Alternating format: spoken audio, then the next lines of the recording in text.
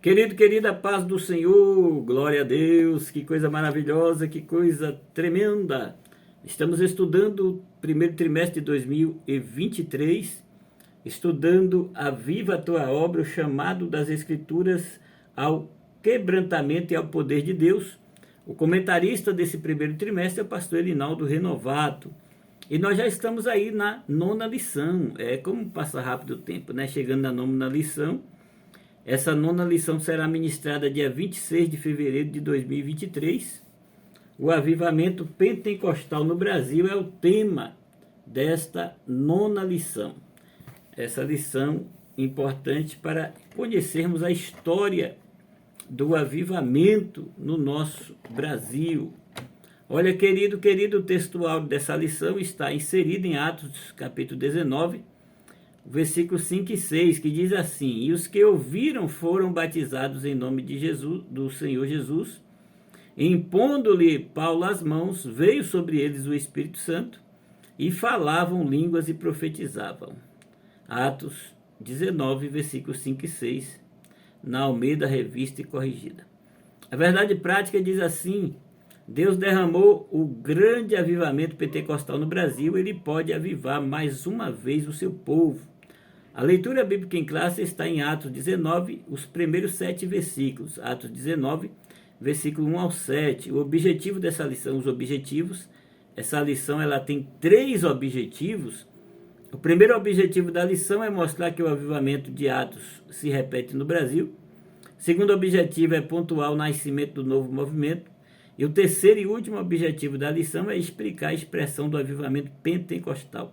A palavra-chave da lição é Pentecostes.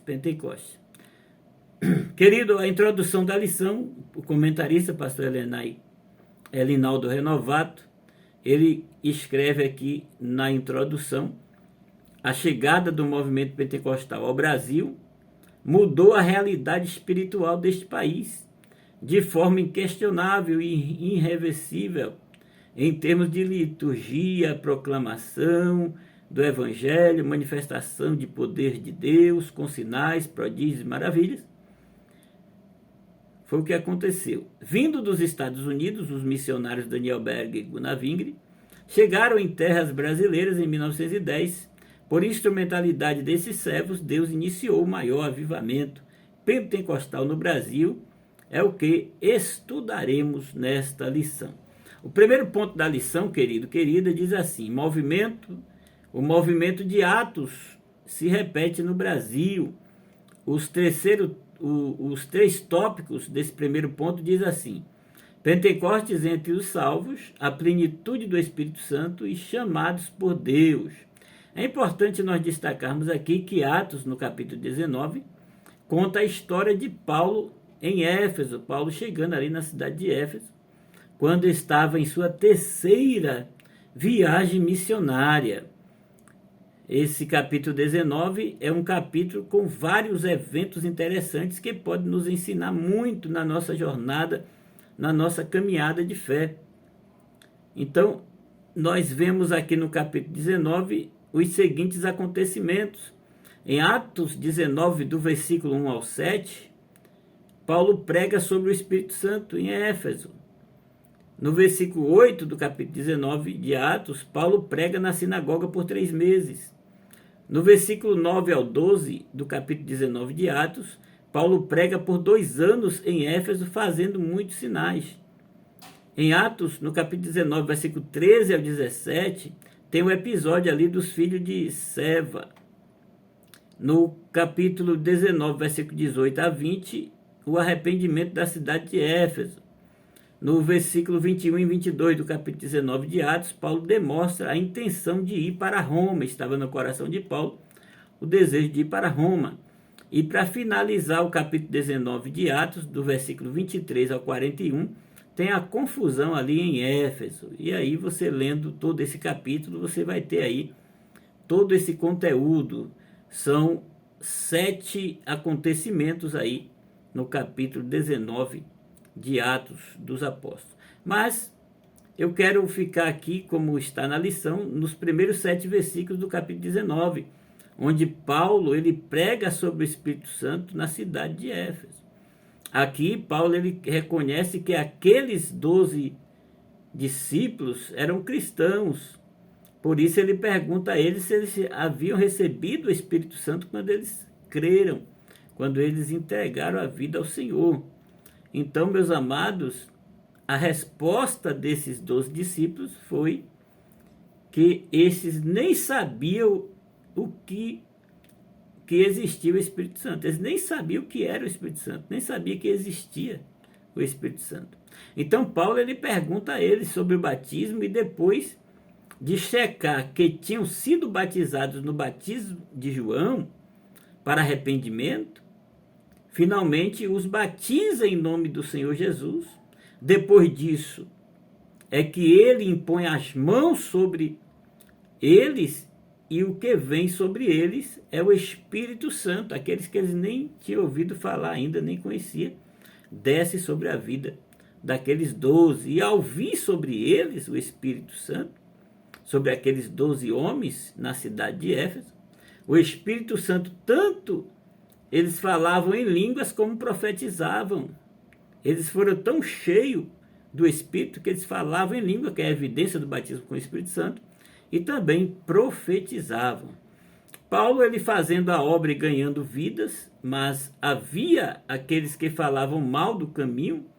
Pelas mãos de Paulo, Deus fazia muitos milagres extraordinários, Deus usava tremendamente a vida de Paulo, tantos que até de suas vestes eram usados e surtiam efeito. Eles pegavam os lenços de Paulo, levavam, e de repente nós temos que, através dos lenços de Paulo, as pessoas, Deus curava a vida das pessoas. Não é que o lenço tinha poder, mas a fé que havia no coração do povo, Deus honrava a vida do apóstolo Paulo. Então, meu querido, nós temos que Paulo ele não perdia qualquer oportunidade que tivesse para ministrar para as pessoas. E nós devemos fazer a mesma coisa. Aproveitar toda a oportunidade que temos para falar de Cristo, porque o Espírito do Senhor habita em nós, está em nós. Nós somos revestidos e é o Espírito do Senhor que capacita cada um de nós para fazermos o querer do Senhor. Então, a experiência desses efésios gentios ao receber o Espírito Santo foi semelhante à experiência dos cristãos judeus, em Atos 2, versículo 4 ao 11. Dos samaritanos também, em Atos 8, versículo 14 e 17, e dos gentios temente a Deus, lá em Atos 10, versículo 44 a 46. É a mesma experiência. Logo, esse episódio representa uma extensão da experiência de Pentecostes a outro grupo de pessoas. E nesse contexto, meu amado e amada, profetizar provavelmente indica algo semelhante a falar das grandezas de Deus. Atos 2:11, engrandecendo a Deus, lá em Atos 10:46. A profecia é um dos dons do Espírito Santo que tem a finalidade de exortar, edificar e consolar a igreja. Está em 1 Coríntios 14:3. Essa é a profecia. Ela exorta, ela edifica e ela consola. Essas profecias aí, que vai morrer, vai sem ter uma base bíblica, sem ter esses 3 caminhos, que é exortar, edificar e consolar, é antibíblica, é coisa de Satanás. Então, profecia ela tem que estar embasada na palavra de Deus, e a palavra de Deus é a própria profecia. Este dom deve ser exercido segundo a medida da fé, 1 Coríntios 14:6, e deve ser buscado este dom com desejo ardente, 1 Coríntios 14:1. Seguir o amor e procurar com zelo os dons espirituais, mas principalmente o de profetizar.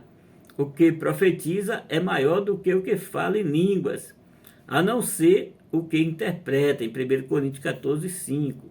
E eu quero que todos vós faleis em línguas, mas muito mais que profetizeis, porque o que profetiza é maior do que o que fala em línguas, a não ser que também interprete, para que a igreja receba edificação.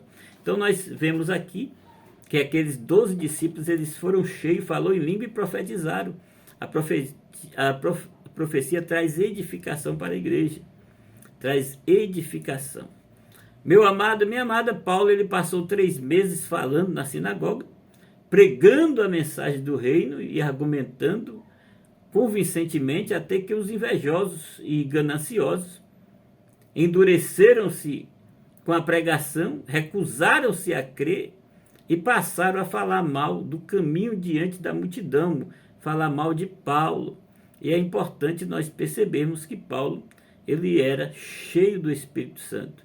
Ele estava transbordante do Espírito Santo e viajava implantando igrejas e ganhando almas para o Senhor. Quando nós olhamos aqui a história de Gunnar Wingre e Daniel Berg, que chegaram ao Brasil no início do século XX, apesar da presença de imigrantes alemães e suíços de origem protestante e do valoroso trabalho de missionários de igrejas evangélicas tradicionais que já haviam aqui no Brasil, nosso país era quase que totalmente católico. Assim, no dia 19 de novembro, marque essa data aí, amado, 19 de novembro de 1910, sob um sol causticante, os 2 missionários desembarcaram em Belém. Quando Daniel Berg e Gunnar Wingre chegaram a Belém, ninguém poderia imaginar que aqueles 2 jovens suecos estavam para iniciar um movimento que alteraria profundamente o perfil religioso e até social do nosso Brasil. Eles não possuíam amigos aqui no Brasil, ou conhecidos na cidade de Belém, não, senhores. Não traziam endereço de alguém que os acolhesse ou os orientasse. Não falavam a nossa língua. Carregando suas malas, enveredaram por uma rua. Ao alcançarem uma praça, sentaram-se em um banco para descansar, e aí fizeram a primeira oração em terras brasileiras, seguindo a indicação de alguns passageiros com os quais viajaram.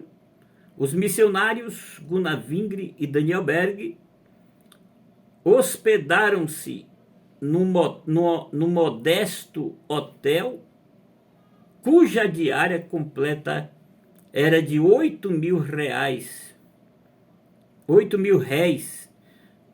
8.000 réis é muito tempo. 1910, 8.000 réis era a diária. Em uma das mesas do hotel, o irmão Wingre foram procurá-lo e encontraram-lhe como Deus os tinha enviado como missionários para aquela cidade. Como Daniel Berg e Gunnar Wingre estivessem até aquele momento ligados à igreja cidade, a Igreja Batista, na cidade lá de onde eles vieram, a Igreja Batista na América. As igrejas que aceitavam o avivamento permaneciam com o mesmo nome. Justus Nelson os acompanhou à Igreja Batista em Belém e os apresentou ao responsável pelo trabalho, ao pastor da igreja. Pastor Raimundo Nobre era o nome do pastor da Igreja Batista ali em Belém. E assim os missionários passaram a morar no porão da Igreja Batista. Daniel se empregou como caldeireiro e fundidor na companhia Port of Pará, recebendo salário de 12.000 réis, e passou a custear as aulas de português ministradas a Gunnar Wingre. Ele pagava um professor para ensinar Gunnar Wingre a falar o português, um professor particular. No fim do dia, Wingre ensinava o que aprendia a Daniel, juntamente. Por isso, Berg nunca aprendeu bem a língua portuguesa. O dinheiro que sobrava era usado para comprar bíblias. Você vê aí como foi a luta dos nossos pais que fundaram aí a Assembleia de Deus no Brasil. A luta, eles vieram sem falar o português, sem ter nenhum parente, sem ter nenhum conhecido, e Deus foi preparando e aplanando os caminhos para trazer ao Brasil um grande avivamento. É forte demais. A síntese desse primeiro ponto diz: no Brasil houve um chamado de Deus para que um povo vivesse na plenitude do Espírito Santo. Vamos lá, meu amado e amada, para o ponto de número 2 da lição: o nascimento de um novo movimento. Esse ponto, ele tem 3 tópicos. O primeiro tópico é a pregação do avivamento pentecostal. O segundo tópico, crescimento e perseguição. O terceiro tópico, curas divinas. Os jovens missionários, Daniel Berg e Gunnar Wingre, tinham um coração avivado pelo Espírito Santo e oravam de dia e de noite, oravam sem cessar. Esse fato chamou a atenção de alguns membros da igreja, que passaram a censurá-los,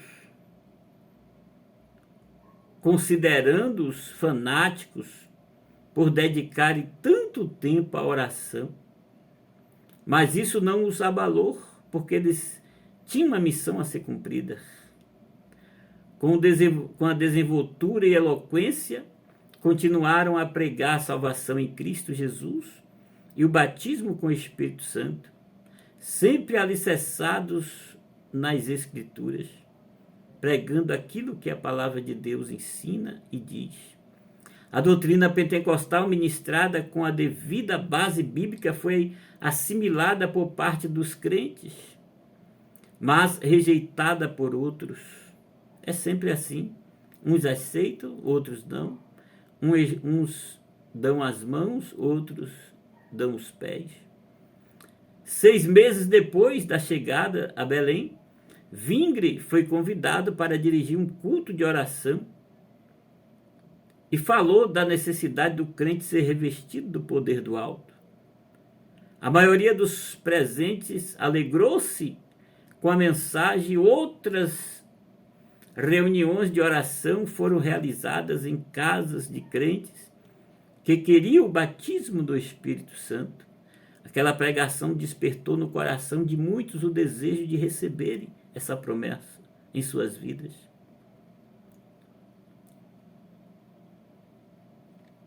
Como que queria o batismo do Espírito Santo como uma oração em sua casa. Ore, vai lá em casa, ore, nós queremos também provar desse poder, queremos ser batizados. E juntamente com outros irmãos, teve o privilégio de ser ali no alvorecer do dia 8, marca essa data, no alvorecer do dia 8 de junho de 1911, a irmã Celina Albuquerque, orando em sua casa, juntamente com outras irmãs e irmãos, teve o privilégio de ser a primeira evangélica brasileira a receber o cumprimento da promessa, falando em línguas como os primitivos cristãos no dia de Pentecostes. No dia seguinte, a irmã Maria de Nazaré de Araújo foi também batizada com o Espírito Santo. A evidência da mensagem pentecostal pregada por Daniel Berg e Gunnar Wingre levou a direção da Igreja Batista a uma tomada de posição. Em uma reunião extraordinária, foi solicitado que todos os que estivessem de acordo com a nova doutrina se manifestassem. Para surpresa geral, 19 irmãos levantaram-se suas mãos, porque já eram todos batizados com o Espírito Santo. Olha só que coisa tremenda. E os outros porque criam que poderiam receber a promessa. Daniel Berg, Gunnar Wingre e mais 17 irmãos acabaram sendo desligados da Igreja Batista no dia 13 de junho de 1911.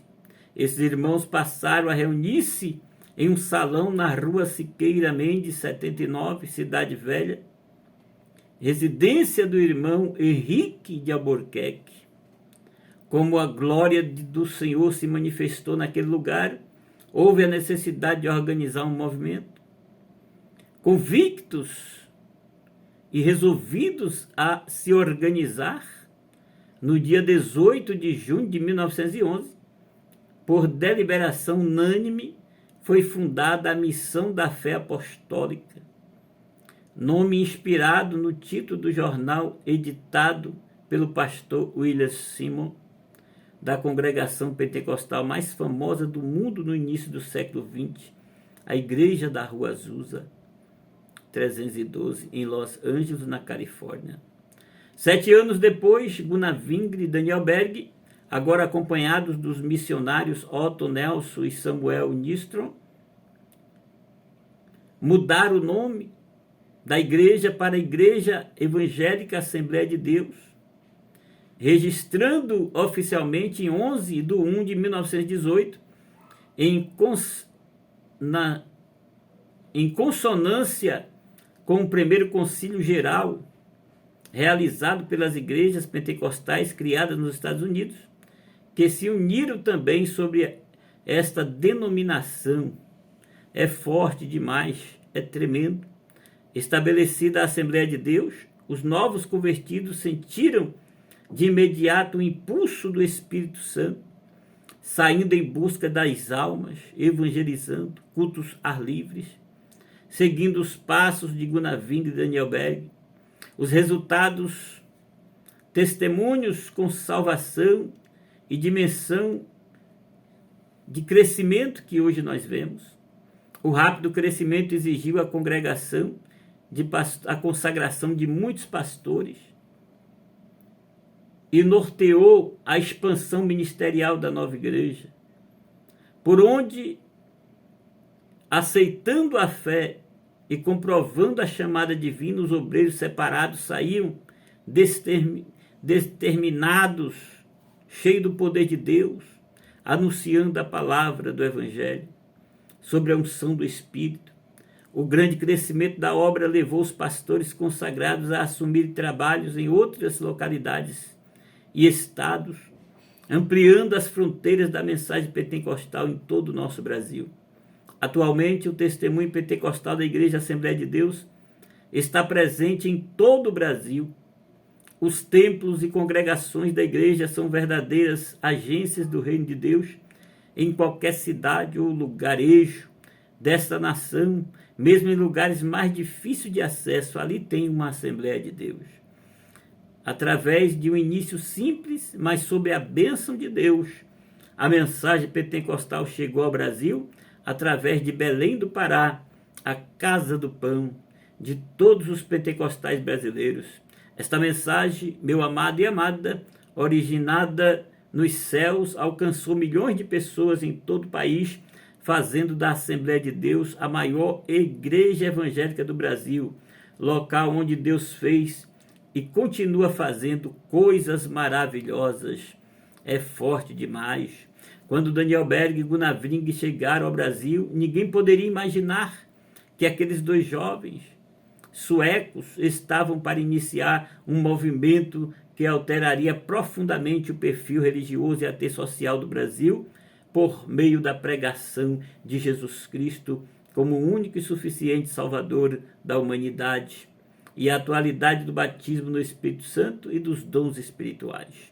Oh, glória, é forte demais. Assim, no segundo ponto diz: o nascimento do novo movimento pentecostal no Brasil teve pregação pentecostal, crescimento, perseguição e curas divinas. Meu amado e amada, vamos aí fechar a lição para o terceiro ponto da lição. A expansão do avivamento pentecostal. O primeiro tópico, um modelo centrífugo. O avivamento espiritual fez com que a nossa igreja no Brasil buscasse um modelo de crescimento centrífugo, ou seja, de dentro para fora. Começaram cultos numa casa, num pequeno salão, num bairro, numa cidade. Os pentecostais evangelizavam pelas ruas, casas, escolas e hospitais. Mais adiante, os irmãos buscavam um local mais amplo para atender à expansão da obra de Deus. E o Senhor salvava, curava, batizava no Espírito Santo. O avivamento pentecostal foi crescendo de maneira nunca vista no nosso país. Está acontecendo o que Jesus prometeu. Mas recebereis a virtude do Espírito Santo e ser-me-eis testemunhas tanto em Jerusalém como em toda a Judéia e Samaria e até os confins da terra. Para finalizar, o último tópico aqui do terceiro ponto, um crescimento acentuado. Os pentecostais no Brasil não crescem porque buscam pessoas em outras igrejas. Não são pescadores de aquários, não, senhores, mas crescem porque os evangelizam e as discipulam por meio do Evangelho de Cristo. Segundo dados do IBGE de 2010, os evangélicos eram constituídos aproximadamente 42 milhões de pessoas. Desse número, a esmagadora maioria é de tradição pentecostal. Certamente, a próxima pesquisa do IBGE confirmará a tendência de alta, porque o mesmo Deus que operou no passado opera no presente e vai operar no futuro, é forte. Querido, a síntese do terceiro ponto diz: houve um modelo de crescimento centrífugo e por isso o movimento pentecostal obteve um crescimento acentuado. Vamos aí finalizar para a conclusão dessa lição. Antes do avivamento pentecostal em solo brasileiro, o que dominava o cenário religioso era o sistema de doutrina das igrejas históricas que não admitia o batismo no Espírito Santo, com sinal evidente de falar em novas línguas, bem como o exercício dos dons espirituais. Essas manifestações espirituais, fundadas na palavra de Deus, são marcas do verdadeiro avivamento pentecostal no Brasil. E a nossa oração é que o Senhor continue avivando o seu povo, avivando a sua igreja e almas se rendam aos pés de Jesus. Deus te abençoe, Deus te guarde, Deus te ajude.